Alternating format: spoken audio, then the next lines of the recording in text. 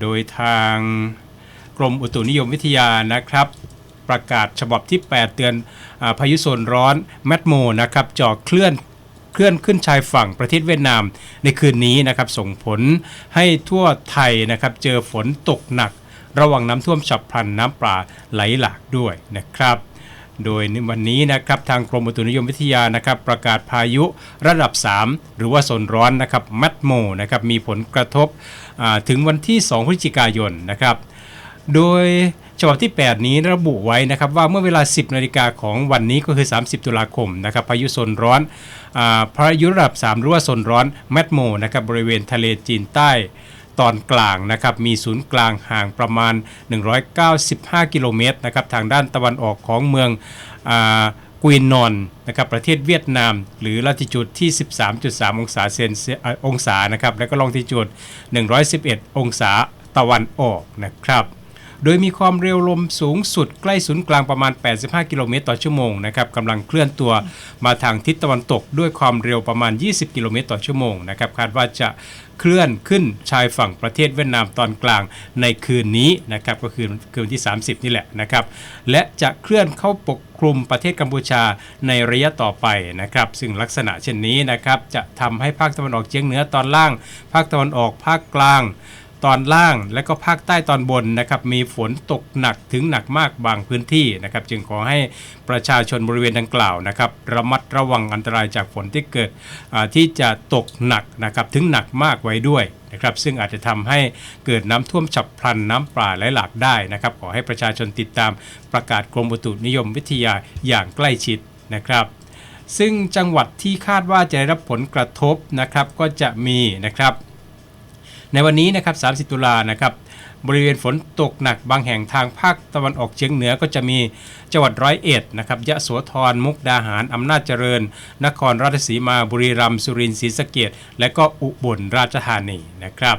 ทางภาคตะวันออกก็ไปที่นครนายกไม่เป็นไรฮะเอาแค่นี้ไกลเราแค่นี้มันอยู่ไกลตัวเราเอาเฉพาะที่อยู่ตัวเรานี่แหละครับผมครับเอาเป็นว่าวันที่30อุบลเราก็เจอฝนตกหนักนะฮะใช่ไหมฮะหรือว่าหนักมากครับผมครับหนักมากเป็นบางแห่งนะครับเป็นบางแห่งก็มีย้ำอีกครั้งหนึ่งนะครับ101ยะโสมุกดาหารอำนาจเจริญนี่คือฝนตกหนักนครราชสีมานะครับใช่ครับบุรีรัมย์สุรินทร์ศรีสะเกษและก็อุบลราชธานีมันจะมีฝนตกนะฮะมีฝนตกหนักแล้วก็หนักมากของเรานี่คือเขาบอกว่าตกหนักบางแห่งนะครับผมครับ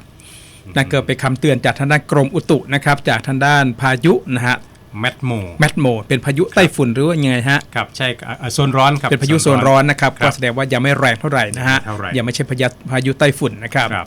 ไปที่ทางด้านประเด็นร้อนทีนี้ครับจากทางด้าน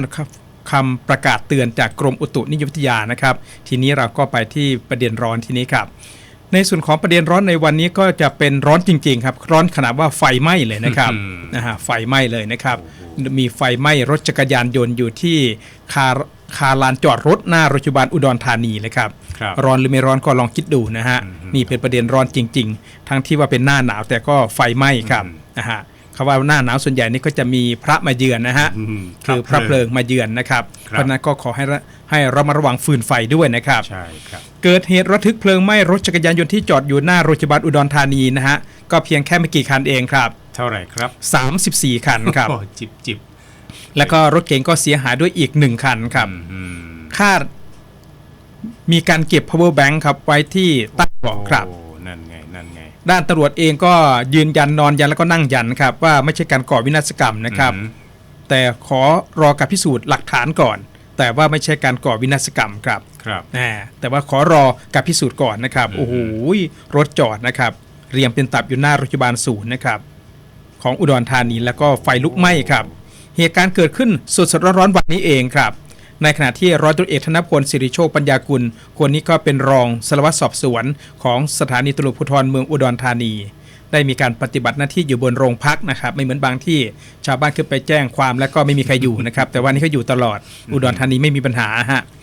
รับแจ้งจากศูนย์วิทยุร่มโพธิ์ทองบอกว่าเกิดเหตุเพลิงไหม้รถจักรยานยนต์บริเวณที่จอดรถริมถนนเพาะนิยมหน้าตึกรวมน้ำใจโรงพยาบาลศูนย์อุดรธานีครับตำบลหมากแข้งเขตเทศบาลนครอุดรธานีครับปรากฏว่าไฟไหม้ไปหลาย10คันครับพอเป็นอย่างนี้ทางด้านร้อยตำรวจเอกธนพลเองก็เลยรีบ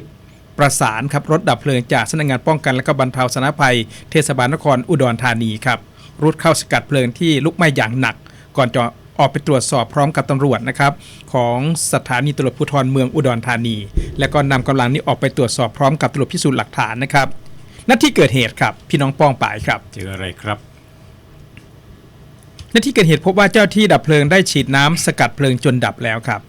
แล้วก็มีพี่น้องประชาชนก็แสวงหาความตื่นเต้นในชีวิตครับด้วยการเป็นยืนมุงดูครับจำนวนหลายร้อยคนครับของแท้ต้องไทยมุงของแท้ต้องเป็นไทยมุงอันนี้เป็นอุดรมุงครับผมนะครับก็เลยทำให้เจ้าที่ทำงานก็ลำบากมากยิ่งขึ้นครับทำให้การจราจรติดขัดนะครับโดยที่ชาวบ้านเองก็ไม่รู้ว่าตัวเองเป็นปัญหาของการแก้ปัญหานะครับเพราะว่าอยากรู้เรียกว่าใครรู้ใครเห็นนะฮะอยากสอดรู้สอดเห็นพูดง่ายๆนะครับส่วนมากก็จะบอกว่าตัวเองจะไปช่วยช่วยยืนดูนะครับช่วยขัดขวาง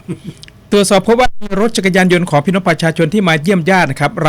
รับยาตามนัดของแพทย์และก็เจ้าที่ของโรงพยาบาลเองรวมแล้วก็คือ34คันแต่ว่าเสียหายไปทั้งหมด12คันด้วยกัน12คันเสียหายทั้งคันนะฮะ12คัน15คันเสียหายเล็กน้อย7คันรวมแล้ว12บวก15บวก7กลายเป็น34คันครับแล้วก็มีรถยนต์เก๋งยี่ห้อ Honda City สีดำเลขทะเบียนกข8358อุดรธานีครับถูกเปลวไฟลวกสีและก็กันสาดเสียหายเล็กน้อยครับอลิตเติ้ลบิทมอร์งั้นครับตำรวจจึงขอความร่วมมือกับคนที่มีส่วนเกี่ยวข้องครับขอทีครับออกจากพื้นที่เกิดเหตุครับเพื่อที่จะทำให้ตำรวจนี้สามารถพิสูจน์หลักฐานทำงานได้สะดวกยิ่งขึ้นครับนะครับทีนี้จากการสอบสวนนะครับนางอารีรัตน์จันทราคนนี้ก็อายุเป็นสาวใหญ่แล้วนะ34ปีเนี่ยฮะแล้วก็เป็นคนที่ขับรถจักรยานยนต์รับจ้างหน้าโรงพยาบาลศูนย์อุดรธานีนะครับเป็นชาวตำบลเชียงพินอำเภอเมืองจังหวัดอุดรธานีเป็นคนที่เห็นเหตุการณ์และก็จิบโทรศัพท์มาแทนที่จะรีบไปดับไฟนะฮะแกไม่ทำแล้วครับผมแกต้องไลฟ์สดครับผ่าน Facebook ของตนเองครับโดยใช้ชื่อว่าจันทราครับแน่อารีรัตน์จันทราเขียนเป็นภาษาอังกฤษด้วยนะแสดงว่าเป็นคนที่มีความรู้ดีถ้าเผื่อเป็นเรานี่ก็ควรจะเขียนเป็นภาษาไทยแหละครับเขาเขียนเป็นอารีรัตน์จันทรานะครับให้การบอกว่าครอบครัวของตนเองก็มีอาชีพขับรถจักรยานยนต์รับจ้างนะครับเป็นมอเตอร์ไซค์รับจ้างมีลูกสาวและก็ลูกเขยครับโดยวินของพวกตนก็อยู่ติดกับที่จุดเกิดเหตุนี่แหละครับขณะตนเองกำลังเดินหาผู้โดยสารได้ยินเสียงดังตุ๊บนะครับได้ยินเสียงดังตุ๊บนะครับนึกว่ามะม่วงหล่นไม่ใช่นะครับดังตุ๊บครับและจู่ๆก็มีควันไฟลอยออกมาจากรถจักรยานยนต์ครับที่จอดเรียงกันครับโดยที่ไม่มีคนอยู่ในบริเวณนั้นเลยครับแล้วเกิดมีไฟลุกขึ้นมาจากรถจักรยานยนต์ที่จอดไว้อย่างรวดเร็วครับตนเองก็เลยรีบตะโกนครับบอกให้ลูกเขยรีบโทรศัพท์แจ้ง1669ครับโอ้นี่เขาท่านะอย่าไปตำหนิครับว่าไลฟ์สดนะครับก็แจ้งก่อนนะฮะ1669ครับแล้วก็พากันเข็นรถจักรยานยนต์ของตัวนี้ออกมาจากที่เกิดเหตุก่อนนะครับส่วนสาเหตุเดียนก็คิดว่านะฮะนี่สาเหตุเดียนคิดว่านะครับคิดว่าเจ้าของรถจักรยานยนต์ต้นเพลิงเนี่ยฮะน่าจะอยู่คันที่ประมาณ 3-4 นี่ครับที่จอดทิ้งเอาไว้นี่ครับถูกไฟไหม้วอดทั้งคันน่าจะเก็บนี้เป็นข้อสันนิษฐานของทางด้านมอเตอร์ไซค์รับจ้างไม่ใช่ตำรวจนะนี่เป็นมอเตอร์ไซค์รับจ้างครับก็อาศัยความรู้เดิมนะฮะสันนิษฐานว่าเกิดคงจะมีการเก็บ power bank ครับที่ชำรุดหรือว่าใช้มานานแล้วก็เก็บเอาไว้ที่ใต้เบาะรถครับที่ไม่มีอากาศถ่ายเทเลยทำให้เกิดความร้อนสูงครับจนทำให้เกิดเพลิงประทุครับหรือไม่ขึ้นไหม้ตัวนี้คือสระไอหอหีบนะไม่ใช่ว่าไหม้ไม่ใช่นะไม่ใช่นะครับคือหรือว่าไหม้ขึ้นครับไม่น่าจะเป็นการก่อเหตุวินาศกรรมก่อการร้ายเนื่องจากว่าที่อุดรธานีมั่นใจว่าเป็นความประมาทซึ่งมากกว่าครับจนเกิดอุบัติเหตุตามมาแม่ข้อสันนิษฐานของมอเตอร์ไซค์รับจ้างนี่สามารถขึ้นหน้าหนึ่งได้เลยตอนแรกเรานึกว่าเป็นข้อสันนิษฐานของตำรวจจริงๆแล้วไม่ใช่ครับเป็นข้อสันนิษฐานของมอเตอร์ไซค์รับจ้างแสดงว่ามีความรู้ดีนะประสบการณ์เพียบสามารถวิเคราะห์เป็นเหตุเป็นผลได้ทีนี้ทางนักข่าวเองก็เลยไปสอบสวนนายประมูลกิตติศัพท์ครับอายุ63ปีคนนี้ก็เป็นหัวหน้าเวรชุดรปภของโรงพยาบาลศูนย์อุดรธานีครับคุณประมูลเองก็บอกว่าขณะที่ผมกำลังร่วมประชุมอยู่ที่ชั้น7นะก็ได้ยินเสียงคนร้องบอกว่าไฟไหม้นะครับรถจักรยานยนต์บริเวณหน้าโรงพยาบาลด้วยสัญชาตญาณฮะ Basic Instinct ครับก็เลยวิ่งกันลงมาที่ถังดับเพลิงครับ แล้วแต่ว่ารถดับเพลิงมาถึงที่เกิดเหตุก่อน โอ้ ไม่เสียดายนะฮะ อืม อุตส่าห์รีบแล้วนะครับแต่ว่ารถดับเพลิงมาเร็วมากไม่เหมือนบางจังหวัดครับผมโทรแล้วก็ รอจนเรียกว่าจนไฟไหม้ทั้งหลังแล้วค่อยโผล่มาแบบนี้ครับทางที่อยู่ใกล้ที่เกิดเหตุนี่ครับผมแต่อันนี้เขามาเร็วนะ อืม ไม่เหมือนบางจังหวัดเป็นเทศบาลนครเหมือนกันแบบนี้ครับผม ก็ดับไฟ นะ แบ ฮะ บออโต้นะครับ ครับ ออโต้ ผม ก็คือเมื่อเชื้อเพลิงหมดมันก็ดับ ครับผม เรื่องสันนี้ให้ถึงมือมาซะนะครับ ครับ ผม แต่ว่าถึงก่อนเกิดเหตุครับ แล้วก็ดับไฟที่กำลังลุกมาได้อย่างรวดเร็วครับ ที่ผ่านมานะคุณพรไม่เคยมีเหตุการณ์เช่นนี้มาก่อนนะ อืม มีแต่ชาวบ้านขับรถยนต์มาแล้วเกิดไฟลุกไหม้ขึ้นเองที่ห้องเครื่องยนต์บริเวณหน้าตึกหลวงตามหาบัวนะครับพวกตนก็เข้าไปช่วยดับไฟ ส่วนต้นก็อย่างที่มอเตอร์ไซค์รับจ้างที่กล่าวไปเมื่อสักครู่นี้ น่าจะเป็นมอเตอร์ไซค์คันที่3หรือคันที่4ประมาณนี้แหละนะครับ อืม แล้วก็มีแรงลมพัดมาจากทิศเหนือครับทำให้รถจักรยานยนต์ที่จอดด้านทิศใต้นี่เสียหายหนักเลยครับ อืม ส่วนสาเหตุนี่มันน่าจะเกิดจากความประมาทของคนที่เก็บ power bank เอาไว้นะ แล้วก็อาจจะเก็บไฟแช็กเอาไว้ใต้เบาะด้วยจนเกิดเพลิงไหม้ตามมาแหมคล้ายๆว่ามันคงไม่ใช่แหละครับ มีไฟแช็กเนี่ยคงว่าไปมั่วไปเรื่อยนะฮะ power bank นี่พอยังนึกภาพออกนะครับผม อืม นะฮะทีนี้พอเป็นอย่างนี้นะครับท่านได้เลยไปสอบถามทางด้านพันตำรวจเอกสราวุฒิฉ่ำผิวครับคนนี้ก็เป็นผู้กำกับของสพเมืองอุดรธานีท่านผู้กำกับเองบอกว่าจากการตรวจสอบที่เกิดเหตุก็มีรถจักรยานยนต์ที่ถูกไฟไหม้รวมแล้วก็34คันรถเก๋งอีก1คันส่วนสาเหตุเบื้องต้นนี่สันนิษฐานว่าเกิดจากอุบัติเหตุไม่ได้เกิดจากการก่อวินาศกรรมแต่ประการใดครับแต่ว่ารอการพิสูจน์จากตำรวจพิสูจน์หลักฐานจึงจะรู้สาเหตุที่แท้จริง ระดับผู้กำกับแล้วจะพูดมั่วว่าเก็บไฟแช็กไว้กับทางด้าน power bank นี่คือ ยังไม่ใช่ยัง คือไม่ใช่มอเตอร์ไซค์รับจ้างนี่ครับ ครับ นะฮะ ต้องมีหลักฐาน มันต้องมีหลัก ชัด ฐานโอ้ยเป็นหัวภูมิกับเนาะท่านกะว่าไปว่าท่าน เดี๋ยวคนมาค่อยอีกนะครับผมอย่างคุณนพรแห่งป่าบุคคลดีอยู่ท่าน ครับผมคุณจรทิศประวัตินั้นโวมยังหนอกว่าท่านเป็นหัวแต่คุณนพรนี่แหละเอายังควนปากหมานอยู่ว่าท่านครับผม วิเคราะห์เก่งวิเคราะห์เก่ง ครับ อีกคนคือนางสาวพรจิราตะวงศาอายุ22ปีครับคนนี้ก็เป็นแม่ค้าออนไลน์ ชาวตำบลโนนสูงครับอำเภออุดรธานีเจ้าของรถเก๋งที่ถูกเพลิงไหม้เสียหายเล็กน้อยครับก็เปิดเผยกับผู้สื่อข่าวบอกว่าเช้าวันนี้ตนเองก็ขับรถพาน้องสาวมาหาหมอ ซึ่งก็เป็นรถของแฟนนะ อืมอืม ขับมานี่ก็ตั้งกระตุกอยู่เลยมันป้าตังอยู่หันนะ ใช่ ไม่อย่างน้อฮะเบื้องซ้ายได้หัวเบื้องขวาได้ไหอยู่หัน นะครับผมมันเสมียนดำกว่านะครับอันนี้เขาทำไม่ได้พูดนะผมว่าเองนะครับผม เติมแต่งให้ไม่เสีย เรียกว่าเนี่ยต่อไข่ใส่ขาวเล็กน้อยนะครับ ก็เพราะว่าเสียงคนในโรงพยาบาลร้องตะโกนบอกว่ารถจักร